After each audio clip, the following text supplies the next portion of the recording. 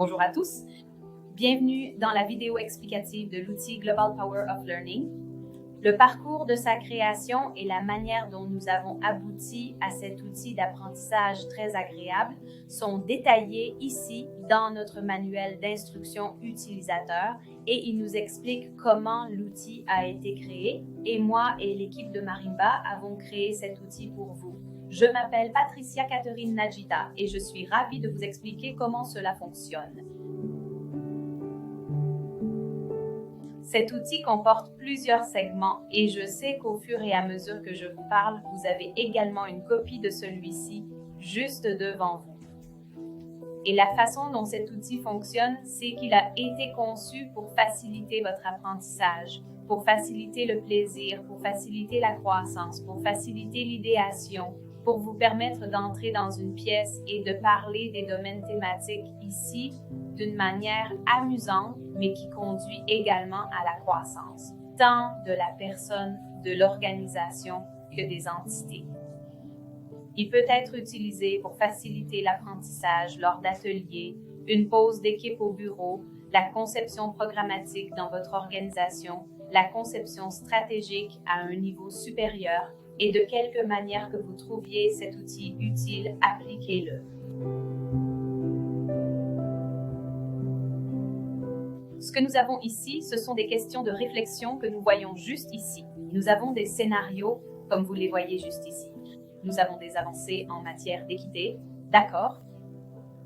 Juste ici, et ensuite nous avons des points d'apprentissage, et en cinquième, des incitations à l'action.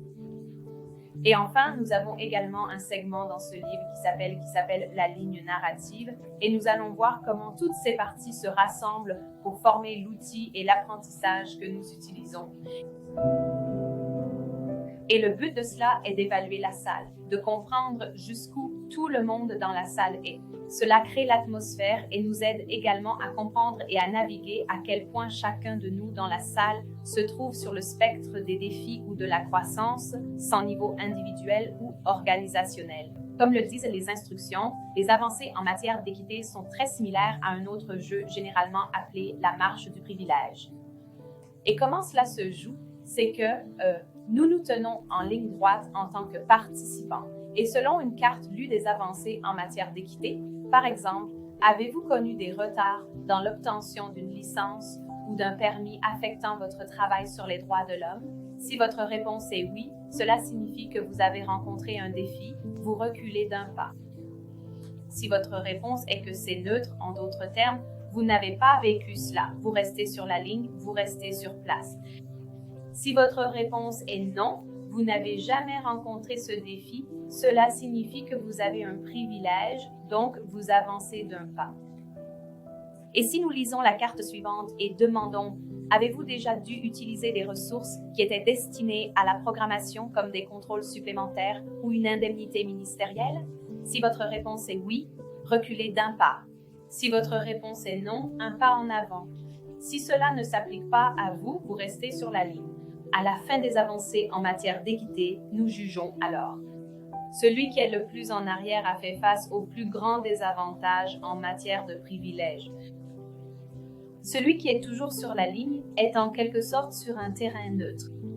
Il se peut qu'ils aient avancé et reculé ou qu'ils aient reculé et avancé, mais cette personne est sur un terrain neutre en matière de privilèges. Celui qui est le plus en avant a le niveau de privilège le plus élevé dans la salle. Et quand nous savons où chacun se situe en termes de privilèges, nous sommes capables de comprendre qui a besoin de plus de conseils, qui a besoin de plus d'aide, qui a besoin de plus d'apprentissage et qui a besoin de plus de leçons à tirer de cela. Le but de cela est que c'est simplement une session interactive à travers laquelle nous parlons les uns aux autres pour comprendre les différents défis, les discuter, mais c'est aussi quelque chose qui nous lie, surtout si nous sommes dans une salle où nous nous connaissons et nous comprenons au niveau de l'organisation ou du travail que nous faisons. Comment cela fonctionne? C'est que vous lisez la carte et si je lis une carte, par exemple, je lis que le désalignement des donateurs, les conformités compliquent la conception et l'impact des programmes et je me demande, ok, ai-je rencontré ce problème? Oui, je garde cette carte avec moi. J'en choisis une autre et elle dit que La transparence sur les retards financiers renforce la confiance de la communauté et je pense, ok, cela ne me concerne pas, mais je pense que cela concerne mon voisin. Je remets cette carte à mon voisin. Cependant, si je constate que cela ne concerne personne à la table, ni moi-même, je le remets dans la pile. Donc, à la fin de cette section, d'accord, vous avez vos cartes dans ce que vous pensez qui vous concerne ou ce qu'une personne vous a donné et qu'elle estime vous concerner, ce qui parle du lien que nous avons dans le groupe, que quelqu'un vous comprenne suffisamment pour penser que cela vous concerne ou vous interpelle, ou pour penser que vous pouvez en parler davantage. Quand nous avons terminé ce segment, nous discutons ensuite des cartes et nous disons que, eh bien, cette carte pourrait me concerner concernant la transparence parce que je fais face à ce problème où je donne. Ou quelqu'un parle d'une carte et vous dites « D'accord, je vous ai donné cette carte et je m'en souviens parce que je sais que vous avez traité cela. » Et ensuite, la personne en parle aussi. Ou si nous sommes dans une salle où nous ne nous connaissons pas très bien et donc vous ne savez pas à qui passer une carte, il est acceptable de simplement choisir les points d'apprentissage et de les discuter en groupe, parler des idées qu'ils ont, mais en fin de compte, de construire la dynamique de groupe. Nous devons nous rappeler que nous ne pouvons pas travailler avec les scénarios sans avoir lu l'intrigue, et l'intrigue est toujours fournie ici avec le, à partir de la 3e page et au-delà. Une fois que vous avez lu l'intrigue et compris l'histoire de Sana, nous comprenons l'histoire de Tembo et nous comprenons l'histoire de Rahma. Sana, Rahma et Tembo. Une fois que nous comprenons les histoires de ces 3 personnes, nous pouvons passer à jouer les scénarios. Le but est de discuter de l'intrigue par rapport aux domaines thématiques que nous avons listés ici, qui sont au nombre de 5. Réduction de l'espace civique, durabilité des OSC, méfiance envers les sources de financement, contexte et coutumes contre occidentalisation, et enfin, violence, qui est la VBG. Donc, si vous choisissez un scénario, vous avez lu l'intrigue, choisissez un scénario et ensuite vous dites « Ce scénario parle de l'étouffement bureaucratique ». Nous discutons donc de cette carte en groupe et décidons que, selon ce que je vois ici, je crois que cette carte devrait être un problème qui relève de la durabilité des OSC, car cela affecte leur façon de la gérer, la durabilité et comment ils continuent à prospérer. Mais une autre personne dira « Non ». Je pense que cette carte est mieux placée sous la réduction de l'espace civique, et c'est pourquoi je le pense. Le but des scénarios est d'avoir un débat très sain sur les 5 domaines thématiques, mais aussi de parler de nos défis, partager nos expériences, élargir nos connaissances, et finalement, à la fin de cela, nous avons une meilleure compréhension des 5 domaines thématiques, nous avons tiré plus d'expériences les uns des autres et avons appris plus les uns des autres. Mais aussi, nous avons également appris à explorer des idées de différents points de vue selon les domaines thématiques qui sont dans le groupe.